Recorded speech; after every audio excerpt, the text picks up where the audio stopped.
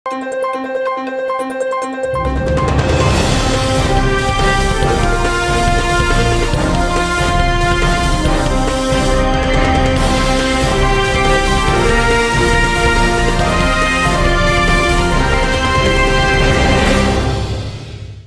శివాబి news కు స్వాగతం. నా పేరు మహేశ్వరి. ఈనాటి వార్తల్లోని ముఖ్యాంశాలు.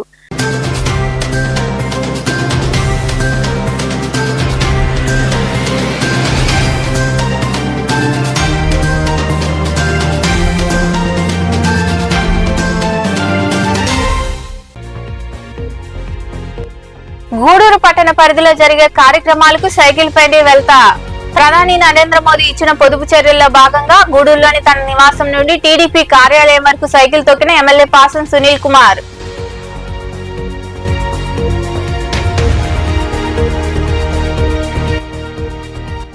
గూడూరు నుండి గిద్దలూరు వరకు ఉన్న ప్రధాన రహదారిని బాగు చేయాలి. కాంగ్రెస్ పార్టీ ఆధ్వర్యంలో గూడూరు పట్టణంలో నిరసన ర్యాలీ. సబ్ కలెక్టర్ కార్యాలయం వద్ద ధర్నా అనంతరం మాట్లాడిన పంటా శ్రీనివాసులరెడ్డి తదితరులు.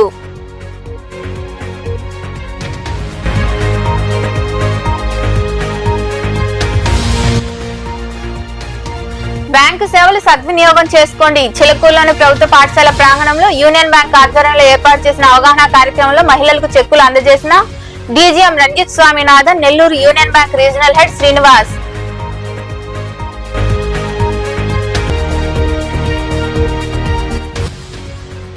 పంచాయతీ కార్యదర్శులకు పదోన్నతులు అభినందనీయం. సైదాపురంలోని మండల పరిషత్ కార్యాలయంలో పదోన్నతి పొందిన కార్యదర్శులకు ఘన సన్మానం. అనంతరం మాట్లాడిన ఎంపీడీఓ రామ్మోహన్ రెడ్డి. ప్రధాని నరేంద్ర మోదీ పిలుపు మేరకు ఇంధన పొదుపులో భాగంగా సైకిల్ పై ప్రయాణించినట్లు ఎమ్మెల్యే పాసం సునీల్ కుమార్ తెలిపారు. గూడూరులోని తన నివాసం నుండి టీడీపీ కార్యాలయం వరకు ఆయన సైకిల్ తొక్కారు. ఇంధన పొదుపు చర్యలను రాష్ట్ర వ్యాప్తంగా చేపడుతున్నారు. ఇందులో భాగంగానే గూడూరు ఎమ్మెల్యే పాసం సునీల్ కుమార్ తన ఇంటి నుండి టీడీపీ కార్యాలయం వరకు ఆయన సైకిల్ తొక్కారు. ఎమ్మెల్యే స్పందించిన తీరును స్థానిక నాయకులు ప్రజలు అభినందిస్తున్నారు.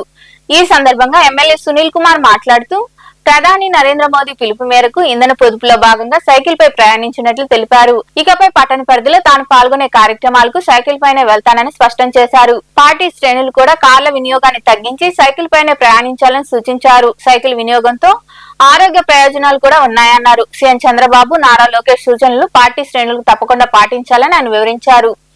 భారతదేశ ప్రధానమంత్రి మోడీ గారి సూచనల మేరకు ముఖ్యంగా ఈ యొక్క ఇంధనాన్ని పొదుపు చేయాలా ప్రతి ఒక్కరైనటువంటి ఒక మాట ఆయన మాట్లాడాడు. ఆయన మాట్లాడిన వెంటనే మా నాయకుడు నారా చంద్రబాబు నాయుడు గారు క్యాబినెట్ మీటింగ్ పెట్టి వెంటనే ఆయనకున్నటువంటి భద్రతని తగ్గించి, అలాగే మా ముఖ్యమంత్రి మన ఉప ముఖ్యమంత్రి పవన్ కళ్యాణ్ గారు కూడా ఆయన భద్రతను కూడా తగ్గించుకున్నారు. అలాగే రాబోయే రోజుల్లో ఈ రాష్ట్రానికి దిశాదశాన్ని నిర్ణయించే మా లోకేష్ బాబు గారు కూడా ముందుగానే ఆయన యొక్క వాహనాలు కూడా తగ్గించుకొని ఇంధనం పొదుపు చేసే కార్యక్రమానికి శ్రీకారం చుట్టారు. అలాగే మా మంత్రులందరూ కూడా అదే పని చేస్తున్నారు. దానికి అనుగుణంగా మా లోకేష్ బాబు గారి పిలుపు మేరకు ఈరోజు నేను కూడా ఈ టౌన్లో జరిగేటువంటి ఏ కార్యక్రమంకైనా సైకిల్లో అటెండ్ అవుతానని చెప్పి కూడా నేను తెలియజేస్తున్నాను. ఎందుకంటే టౌన్లో కారు పోతే ఎక్కువ ఇంధనం ఇబ్బంది అయ్యేటువంటి పరిస్థితి. కాబట్టి టౌన్ వరకు ఖచ్చితంగా సైకిల్లోనే మ్యాక్సిమం అటెండ్ అవుతానని చెప్పి నేను తెలియజేస్తున్నా. ఒక మంచి సాంప్రదాయాన్ని తీసుకొచ్చినటువంటి మన ప్రధానమంత్రి గారికి అందరూ కూడా ప్రజలందరూ కూడా మద్దతు ఇవ్వాల్సిన అవసరం ఉంది. ఉద్యోగస్తులు కూడా ఆయన ఆశయాలకి సపోర్ట్ చేయాల్సిన అవసరం ఉందని చెప్పి నేను తెలియజేస్తూ మా పార్టీ లీడర్స్కి ముందుగా కూడా తెలియజేస్తున్నా. కారు ఉన్న ప్రతి ఒక్కరికి లోకల్గా మీరు కారు వాడకుండా సైకిల్ వాడితే ఇంకా మంచిది. ఎందుకంటే మన సింబల్ సైకిల్ మన గుర్తుంది. నందమూరి తారక రామారావు గారు పెట్టిన పార్టీ ఇది. కాబట్టి మీరు కూడా ఆ విధంగా పోతే మనం కూడా మా నాయకులను ఆదర్శంగా తీసుకున్నామనేటువంటి మాట జనాల్లో ఉంటుందని చెప్పి నేను తెలియజేస్తాను. దయచేసి మా నాయకులు కూడా అర్థం చేసుకోమని చెప్పి నేను తెలియజేస్తాను. ఖచ్చితంగా గూడూరు టౌన్లో మాత్రం సైకిల్లోనే వెళ్తానని చెప్పి నేను తెలియజేస్తున్నా. అలాగే మా నాయకులు కూడా చెప్పేదంటే ఎండలో తిరగాల్సిన అవసరం లేదు. ఉదయం పూట సాయంత్రం పూట బయటికి పోవాలన్నప్పుడు సైకిల్లో పోతే మీ ఆరోగ్యం కూడా బ్రహ్మాండంగా ఉంటుంది. కాబట్టి మోడీ గారు ఇచ్చినటువంటి ఆదేశాలని మన ముఖ్యమంత్రి గారు, మన ఉప ముఖ్యమంత్రి గారు, మన నాయకుడు లోకేష్ బాబు గారు ఇచ్చిన ఆదేశాలు అందరూ కూడా పాటించాలని చెప్పి కోరుకుంటూ ఈ రాష్ట్రంలో ఉన్నటువంటి అందరూ కూడా, ఎందుకంటే ఖచ్చితంగా మోడీ గారు మంచిగా చెప్తారు తప్ప వేరేకి చెప్పడాయన. కాబట్టి మోడీ గారిని స్ఫూర్తిగా తీసుకుని అందరూ కూడా ఈ యొక్క పొదుపు ఇంధనాన్ని, పెట్రోల్ డీజిల్ని పొదుపు చేయాలని చెప్పి అందరూ కూడా. ఈ కార్యక్రమంలో పార్టీ నాయకులు రహీం, పులిమి శ్రీనివాసులు, వేముల సునీల్ తదితరులు పాల్గొన్నారు. గూడూరు మండలం చెన్నూరు హత్య కేసును పోలీసులు ఛేదించారు. గూడూరులోని గ్రామీణ పోలీస్ స్టేషన్ లో ఏర్పాటు చేసిన మీడియా సమావేశంలో సీఐ కిషోర్ బాబు వివరాలు వెల్లడించారు. నిందితులు మృతుడు ఇద్దరు కూడా ఉత్తరప్రదేశ్ లోని కాన్పూర్ ప్రాంతానికి చెందినవారు అని, కూలి పనుల నిమిత్తం గూడూరు మండలం చెన్నూరులో అద్దె గదిలో ఉంటున్నారన్నారు. ఈ నెల 7వ తేదీన రాత్రి మృతుడు మహమ్మద్ షహన్షా మరియు నిందితుడు మహమ్మద్ సమీ మధ్య నగదు విషయమై ఘర్షణ చోటు చేసుకుందని తెలిపారు. ఈ విషయంలో మృతుడిని వంటగదిలోని చాకుతో నిందితుడు పలుమార్లు పొడవడంతో మృతి చెందాడని ఆయన కేసు వివరాలు వెల్లడించారు. ఈ సమావేశంలో ఎస్ఐ తిరుపతయ్య తదితరులు పాల్గొన్నారు.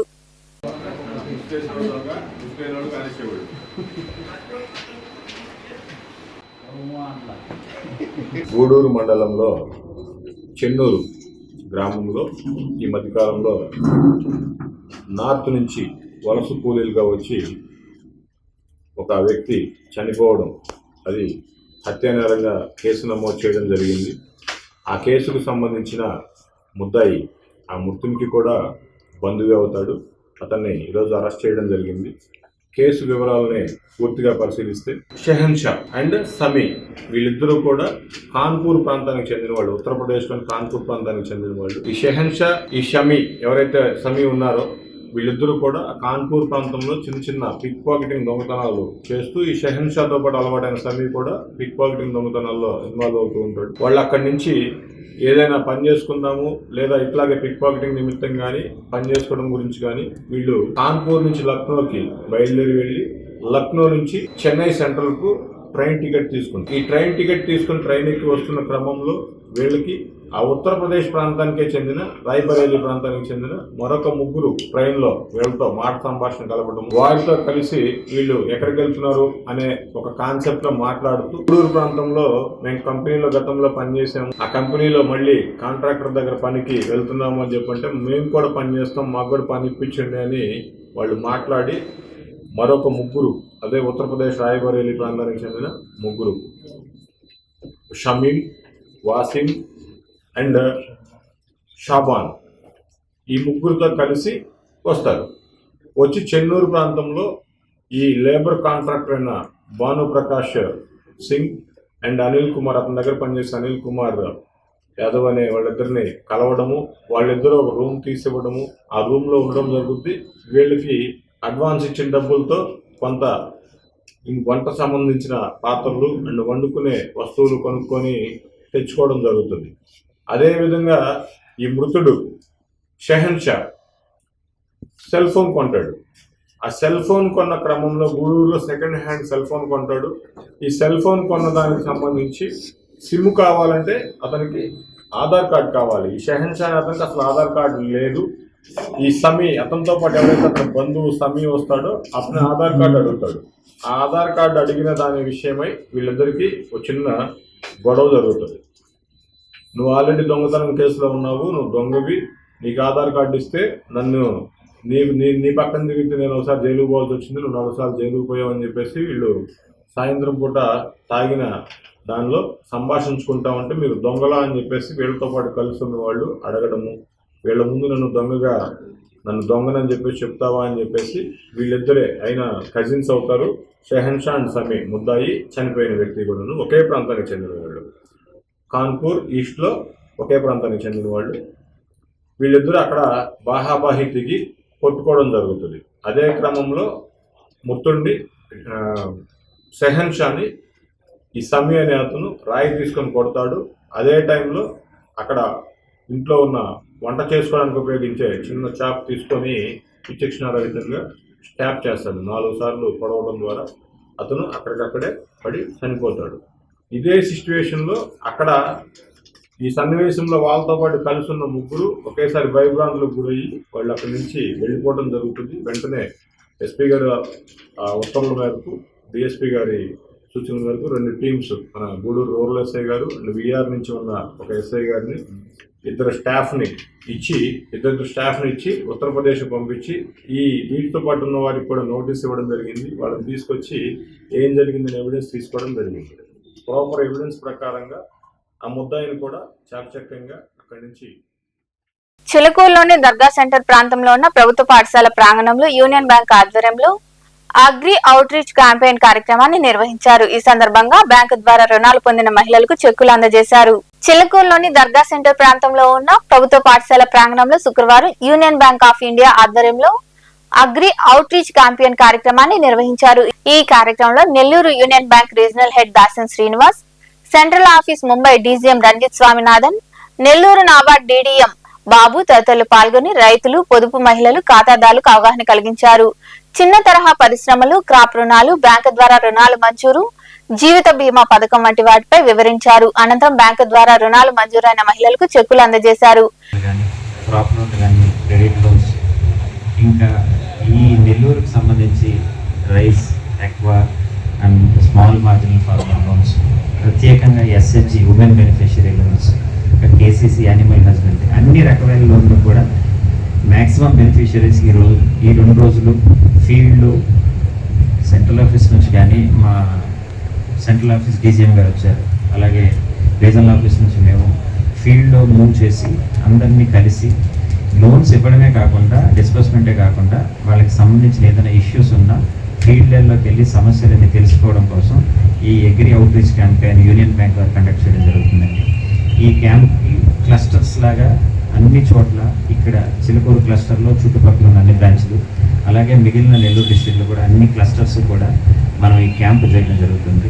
దీని ద్వారా కస్టమర్లు, ఖాతాదారుల దగ్గరికి యూనియన్ బ్యాంక్ వారి సేవలను తీసుకువెళ్ళి వారికి ఏదైనా సమస్యలు ఉంటే ఇమీడియట్గా స్పాట్లో తీసుకుని తద్వారా త్వరితగతిన వాటిని పరిష్కారం చేయడం కోసం, వాటిని ఇబ్బంది లేకుండా చేయడం కోసం మేమందరం ఇక్కడ ఈరోజు సమావేశం అవ్వడం జరిగిందండి. ఈరోజు మొత్తం నెల్లూరు రీజన్లో ఆల్మోస్ట్ 10 కోట్ల వరకు రుణాలు ఎస్హెచ్జి మెంబర్స్కి మేము అందజేయడం జరుగుతుంది. అదేవిధంగా ఈ పర్టికులర్ ప్రోగ్రామ్కి చాలా మంది ఈ కార్యక్రమంలో యూనియన్ బ్యాంక్ మేనేజర్లు, సిబ్బంది తదితరులు పాల్గొన్నారు. 36 లక్షల రూపాయలతో నిర్మించే వెల్నెస్ సెంటర్ లో నాణ్యత కనిపించడం లేదు. దీంతో దీర్ఘకాలికంగా భవనం ఉండే పరిస్థితులు అరుదు. అధికారుల పర్యవేక్షణ లోపమే కారణంగా తెలుస్తుంది. ఈ పరిస్థితి సైదాపురంలో చోటు చేసుకుంది.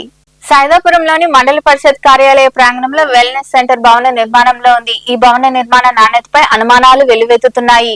స్థానిక పంచాయతీరాజ్ అధికారుల పర్యవేక్షణలో జరగాల్సిన బేస్ నిర్మాణం వంటి పనులు సంబంధిత అధికారులు, సహాయకులు లేకుండానే జరుగుతుంది. కేంద్ర ప్రభుత్వం పథకం ద్వారా సుమారు 36 లక్షల వ్యయంతో జరుగుతున్న పనుల్లో నాణ్యత ప్రమాణాలు పాటించడం లేదంటూ ఆరోపణలు వినవస్తున్నాయి. 6 గదులతో నిర్మిస్తున్న ఈ భవనానికి ప్రారంభ దశలోనే బేస్ పనులు బలహీనంగా జరుగుతున్నాయనే ఆరోపణలున్నాయి. పనులు కేవలం సూపర్వైజర్ల ఆధ్వర్యంలోనే జరుగుతున్నాయనేది బహిరంగ రహస్యం.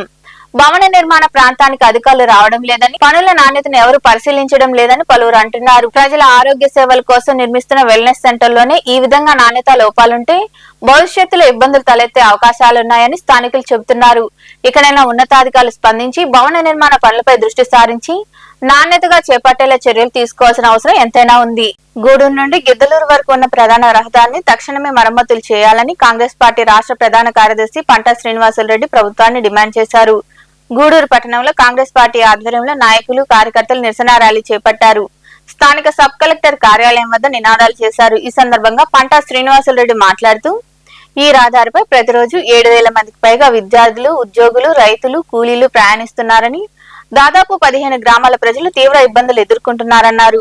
ప్రభుత్వం స్పందించి రహదారిని బాగు చేయాలని ఆయన డిమాండ్ చేశారు. ఈ కార్యక్రమంలో పార్టీ నియోజకవర్గ ఇన్ఛార్జ్ డాక్టర్ రామకృష్ణ, చిల్లకూరు మండల పార్టీ అధ్యక్షుడు చిల్లకూరు వేమయ్య, గూడూరు మండల అధ్యక్షుడు సుబ్బారావు, నాయకులు రషీద్, అనిల్ కుమార్, రావూరి బ్రహ్మయ్య, గుంటమడుగు సుబ్బరామరాజు తదితరులు పాల్గొన్నారు.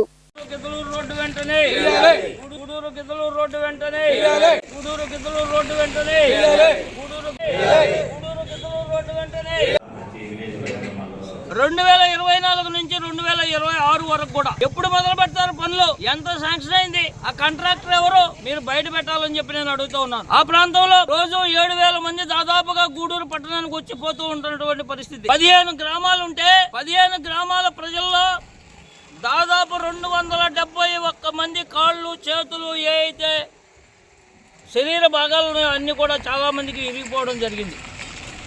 23 మంది గర్భిణీలు దెబ్బతిన్నటువంటి పరిస్థితి. దాదాపు కోమాలో ఉన్నటువంటి వాళ్ళు 3 ఇవాళకి కూడా ఉన్నారు. నడుములు ఇరిగినటువంటి వాళ్ళు, అదే మాదిరిగా వెన్నెముక నొప్పితో బాధపడుతున్నటువంటి వాళ్ళు, నడుము నొప్పితో బాధపడుతున్నటువంటి వాళ్ళు, ఈ ఆటోలు తోలేటువంటి వాళ్ళకి ఈ భుజాలు మరియు మణికట్లు అరిగిపోయినటువంటి పరిస్థితి. ఈ ప్రభుత్వం ఏం చేస్తుంది? ప్రజలకు కనీస సౌకర్యాలు కల్పించాల్సిన బాధ్యత ఉందా లేదా అని నేను అడుగుతూ ఉన్నాను. నేను లెటర్ ఇస్తే నన్నే అధికారులు భయపెట్టాలని చూస్తున్నటువంటి సందర్భం. కాబట్టి నేను ఖబర్దార్ చెప్తూ ఉన్నాను, నేను జైలుకు పోయేదానికైనా సిద్ధం. మీరు రోడ్డు పూర్తి చేసేంత వరకు మిమ్మల్ని వెంటాడుతూనే ఉంటానని చెప్పి ఈ సందర్భంగా తెలియజేసుకుంటూ ఉన్నాను. ప్రభుత్వం వచ్చిన తర్వాత ఇంతకుముందు ఉన్న ప్రభుత్వం కానీ ఏ ప్రభుత్వం గత 10 సంవత్సరాల నుంచి ఏ ప్రభుత్వాలు వచ్చినా కూడా సరే రోడ్డు గురించి ఎవరు పట్టించుకునే వాళ్ళు లేరు. రోడ్లన్నీ గుంతలమయమైపోయినాయి.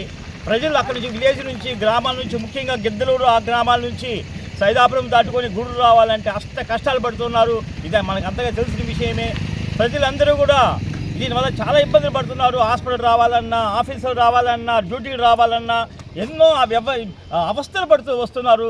ఇదంతా ప్రజలు మాకు చెప్తున్నారు. కాబట్టే ప్రజల తరఫున కాంగ్రెస్ పార్టీ ముందుకు రావాలని, పోరాటం చేయాలని నిర్ణయించుకొని గత సంవత్సరం నుంచి మేము పోరాడుతూనే ఉన్నాము. ఎన్నో అర్జీలు ఇస్తూనే ఉన్నాము. ఆర్డీఓ గారికి, మిగిలిన ఆఫీసర్స్కి ఇస్తూనే ఉన్నా కూడా రెస్పాన్స్ ఏమో శూన్యము. ఇది మేము అనుకుంటున్నాం చివరిసారిగా ఇక్కడ నిరాహార దీక్ష చేస్తే కానీ ఈ ప్రభుత్వము కళ్ళు తెరవదేమో, నిద్ర లేదేమో అనిపిస్తూ ఉంది. ఎందుకంటే ఈ ప్రభుత్వము ఆడంబరాలు చాలా చేసుకుంటూ ఉంది. మాకు చాలా మంచి ప్రభుత్వం అని చెప్తూ ఉంది. ప్రజలందరూ సుఖ సంతోషాలతో ఉన్నారని అంటూ ఉన్నారు. కానీ ఏ ప్రజలు సుఖ సంతోషాలతో ఉన్నారో మాకైతే అర్థం కావడం లేదు. ప్రజలారా, మేము కోరుకుంది మేమేదో పైనుంచి ఏదైనా తీసుకొచ్చి మాకు ఇవ్వమని చెప్పడం లేదు. ఉన్న రోడ్డు రిపేర్ చేయమని చెప్తున్నాము. ముఖ్యంగా గూడు నుంచి. అదేవిధంగా మొన్న మేము పొదలకూరు పోతూ ఉంటే సైదాపురం నుంచి పోయినాము. రెండోది మళ్ళీ ఆ నుంచి మళ్ళీ ఊట్కూరు నుంచి పొదలకూరుకాయ రోడ్లు కాదు చాలా దారుణంగా ఉన్నాయి. ఒకసారి మీ అధికారులందరూ స్పందించుకొని ఆడపోయి ఎంక్వైరీ చేసుకొని కనీసం మట్టేయండి, మరమ్మతులు చేసింది. కానీ ఇబ్బందిగా ఉంది ప్రజలకి. కిందట కాంగ్రెస్ గవర్నమెంట్లో ఉన్నప్పుడు కాంగ్రెస్ ప్రభుత్వం చేసినటువంటి అభివృద్ధి పనులు, రోడ్లు, రహదారులు తప్ప ఈ 10 సంవత్సరాలు 2 గవర్నమెంట్లు పోయినాయి. ఆ 2 గవర్నమెంట్లు కూడా ఎక్కడ తట్టడం మట్టేసిన పాపత లేదు. ముఖ్యంగా ఈ గూడూరు నుంచి గిద్దలూరు వరకు పోయే రోడ్డు మీద ఇప్పటికి 10 సార్లు మేము ధర్నా కార్యక్రమాలు, ప్రెస్ మీట్ పెట్టడం జరిగింది.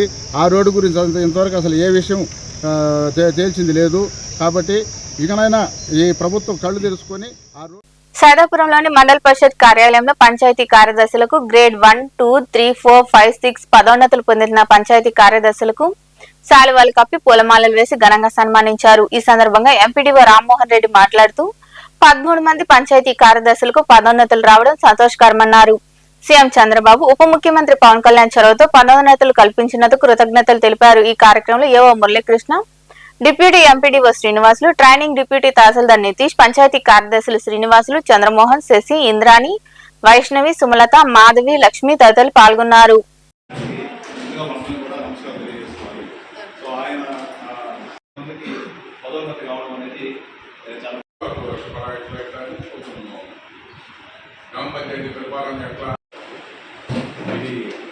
చాలా మంచి రోజు.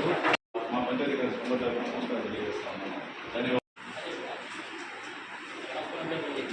సార్ చూడండి సార్.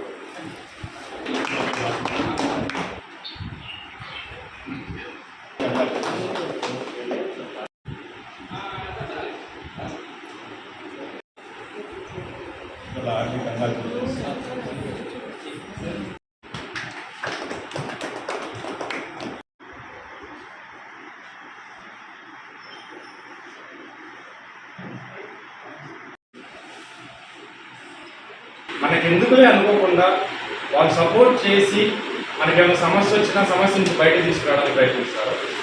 నేను ఈ జాబ్లో కంటిన్యూ అవుతున్నానంటే దానికి కారణం కూడా వీళ్ళే. నేను ఒక్క గురించి చెప్పట్లేదు, ముగ్గురు గురించి చెప్తున్నాను.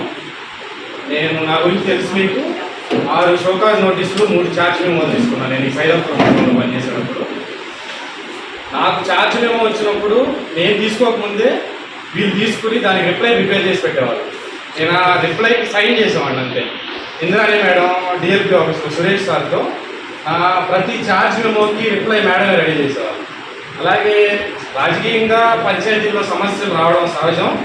నాకు ఏ సమస్య వచ్చినా నాతో నిలబడి ధైర్యం ఇస్తూ నేను ఇప్పుడు జిల్లా స్థాయిలో ఆఫీసుల దగ్గర పనిచేస్తానంటే కూడా కారణం సైదాపురం మండలంలో ఉన్న పంచాయతీ సెక్రటరీ. గ్రేడ్ 3 నుంచి గ్రేడ్ 2 చైతన్య, తర్వాత T Sumalatha, K Vaishnavi. Grade 4 నుంచి గ్రేడ్ 3 చంద్రమోహన్, మునియమ్మ, వెంకటేశ్వర్. గ్రేడ్ 3 నుంచి గ్రేడ్ 4 శివజ్యోతి, మాధవిలత, ఉదయ్ కుమార్, సురేష్, వినయ్ చంద్ర, నాగరాజు. వీళ్ళలో వేరే మండలానికి వెళ్ళింది సుమలత, వైష్ణవి, తర్వాత సురేష్. వీళ్ళు ముగ్గురు మాత్రం వేరే మండలాలు, రిమైనింగ్ అంతా ఇక్కడే ఉన్నారు. కాబట్టి వీళ్ళందరికీ నా మాట కంగ్రాచులేషన్. మీరు ఇంకా పెరిగిగా ప్రమోషన్స్ కూడా త్వరగా వస్తాయి. అంతకుముందు అయితే ఈ వ్యవస్థ ఇట్లా లేదు, చాలా లేటుగా వచ్చే ప్రమోషన్స్ అనేవి. పొదలకూరు ఎస్ఐను దూషించిన ఘటనలో మాజీ మంత్రి కాకాని గోవర్ధన్ రెడ్డిపై మరో కేసు నమోదు చేసినట్లు ఎస్ఐ హనీఫ్ తెలిపారు. ఈ నెల 9వ తేదీన పొదలకూరు పోలీస్ స్టేషన్ ఎదుట కాకాని అతని అనుచరులు బైఠాయించి నిరసన వ్యక్తం చేశారు. అనంతరం కాకాని మీడియాతో మాట్లాడుతూ 2029కి పొదలకూరు ఎస్ఐ ఉద్యోగంలో ఉండడని, కుటుంబ సభ్యులను ఉద్దేశించి వివాదాస్పద అనిశ్చిత వ్యాఖ్యలు చేసి పోలీసులను అవమానపరిచేలా దూషించడంపై ఉన్నతాధికారులకు ఫిర్యాదు చేసినట్లు తెలిపారు. వారి ఆదేశాల మేరకు కాకానిపై కేసు నమోదు చేశారని, దర్యాప్తు అధికారిగా పొదలకూరు సీఐ వెంకటరావు వ్యవహరిస్తున్నారని ఆయన పేర్కొన్నారు.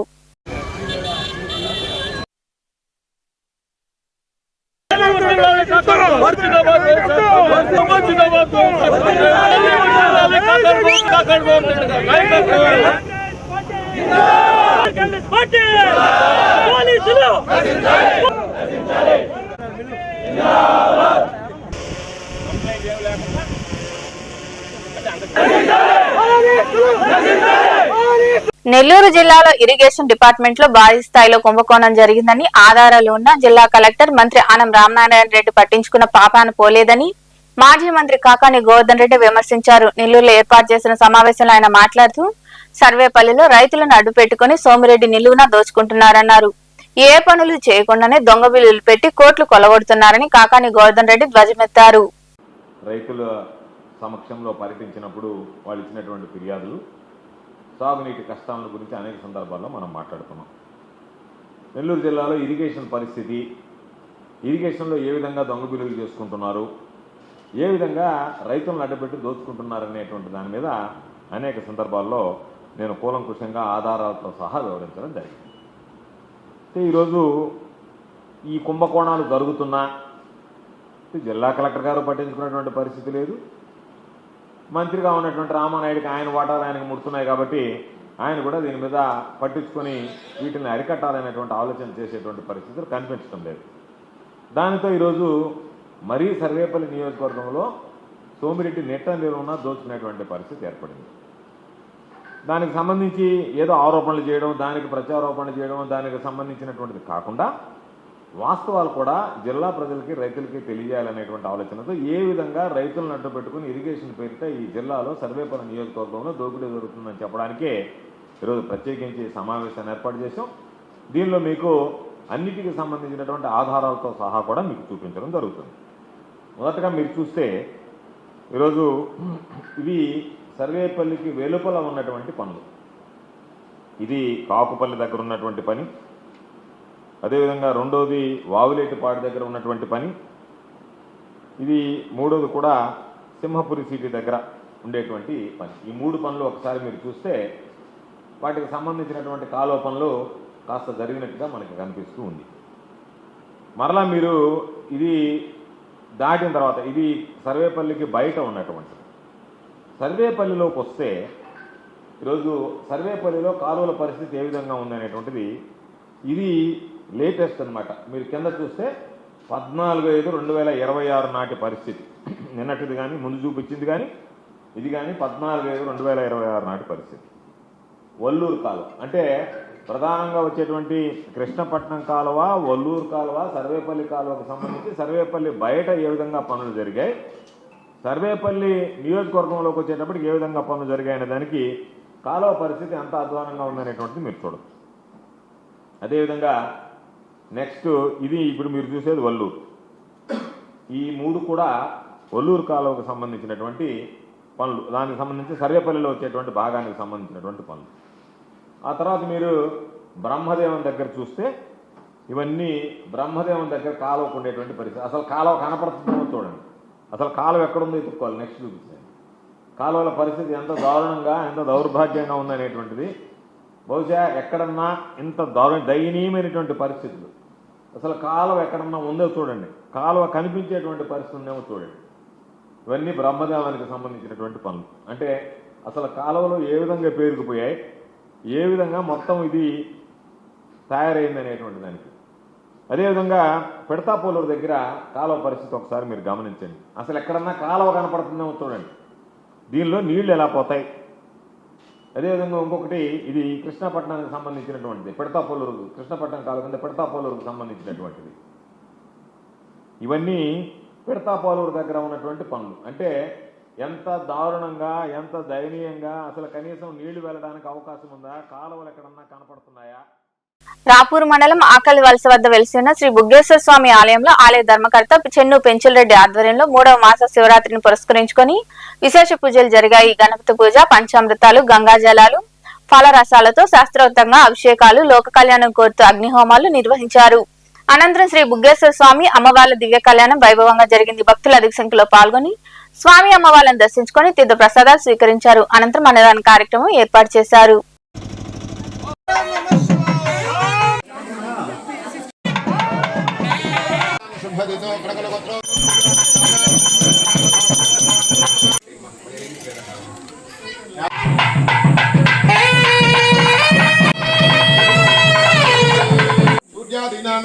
గ్రహానామత్యంత పనులు నిర్విఘ్నంగా గుడికి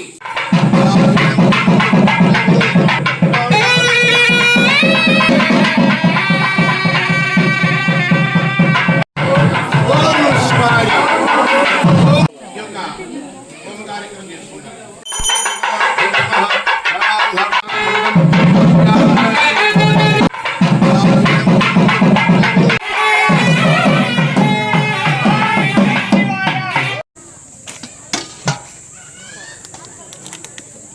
బుగ్గేశ్వర స్వామి దేవాలయంలో 3వ మాస శివరాత్రి మహోత్సవంలో భాగంగా ఈనాడు ఈ యొక్క దేవాలయంలో మొట్టమొదటగా గణపతి పూజ, సుబ్రహ్మణ్యేశ్వరుని పూజ, అలాగే పార్వతీదేవి, గంగా భవాని అమ్మవార్లకు విశేషమైన పూజాది కార్యక్రమాలు చేసుకుని, అలాగే శ్రీ బుగ్గేశ్వర స్వామికి విశేషమైనటువంటి పంచామృత ద్రవ్య అభిషేకాలతో అభిషేకం పూర్తి చేసుకుని, అలాగే విశేషమైనటువంటి హోమాది కార్యక్రమాలు పూర్తి చేసుకుని లోక సంరక్షణార్థమై, లోక కళ్యాణార్థమై స్వామి అమ్మవారికి విశేషమైనటువంటి కళ్యాణ మహోత్సవం జరిగింది. ఆ తర్వాత స్వామివారికి ప్రాకారోత్సవం జరుగుతుంది. హర హర నమః పార్వతీపతయే. గూడూరు పట్టణంలోని హైస్కూల్ రోడ్లో కొలువైన శ్రీ రాజరాజేశ్వరి ఆలయంలో శుక్రవారం సందర్భంగా అమ్మవారికి వివిధ రకాల సుగంధ ద్రవ్యాలతో అభిషేకాలు, ప్రత్యేక పూజలు నిర్వహించారు. మహిళలు పాల్గొని రాహుకాల పూజలు చేశారు. అనంతరం అమ్మవారిని దర్శించుకొని తీర్థ ప్రసాదాలు స్వీకరించారు.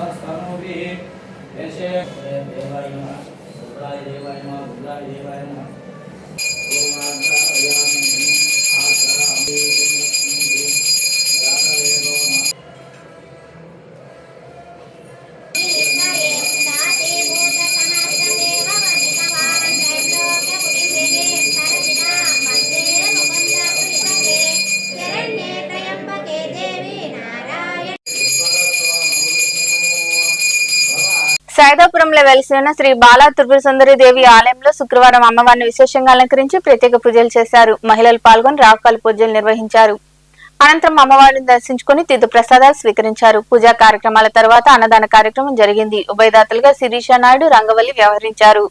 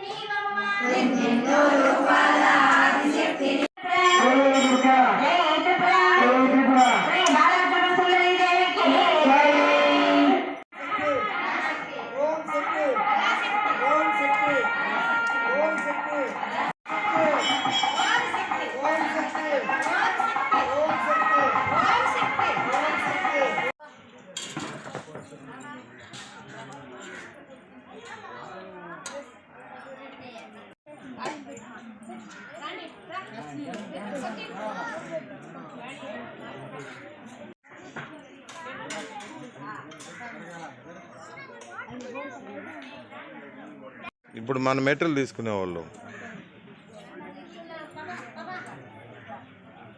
అదే గూడూరు పట్టణంలో శుక్రవారం నాటి బంగారం వెండి ధరలను the Gudur pawn brokers association ప్రతినిధులు వెల్లడించారు. గ్రామ్ బంగారం ధర 15,115 రూపాయలు కాగా 8 గ్రాముల ధర 1,20,920 రూపాయలుగా ఉంది. అలాగే 10 గ్రాముల మోసు బంగారం ధర 1,52,100 రూపాయలుగా పలికింది. ఇక వెండి గ్రామ్ ధర 292 రూపాయల 70 పైసలుగా ఉందని అసోసియేషన్ ప్రతినిధులు తెలిపారు.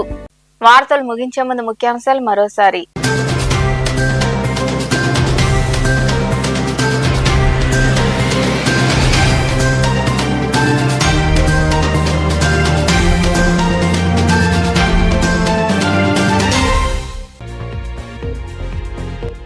గూడూరు పట్టణ పరిధిలో జరిగే కార్యక్రమాలకు సైకిల్ పైనే వెళ్తా. ప్రధాని నరేంద్ర మోదీ ఇచ్చిన పొదుపు చర్యల్లో భాగంగా గూడూరులోని తన నివాసం నుండి టీడీపీ కార్యాలయం వరకు సైకిల్ తొక్కిన ఎమ్మెల్యే పాసం సునీల్ కుమార్.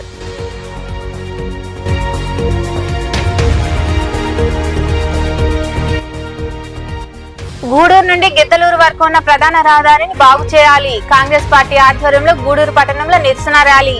సబ్ కలెక్టర్ కార్యాలయం వద్ద ధర్నా అనంతరం మాట్లాడిన పంటా శ్రీనివాసులరెడ్డి తదితరులు.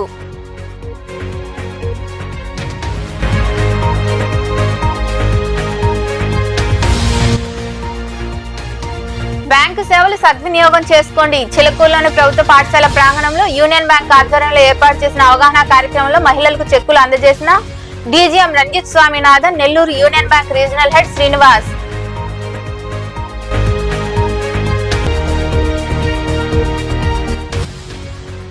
పంచాయతీ కార్యదర్శులకు పదోన్నతులు అభినందనీయం. సైదాపురంలోని మండల పరిషత్ కార్యాలయంలో పదోన్నతి పొందిన కార్యదర్శులకు ఘన సన్మానం. అనంతరం మాట్లాడిన ఎంపీడీఓ రామ్మోహన్ రెడ్డి. ఈ వార్తలు ఇంతటితో సమాప్తం. తిరిగి ప్రసారమయ్యే శివాభినుస్లో మళ్ళీ కలుద్దాం. అంతవరకు సెలవు. నమస్తే.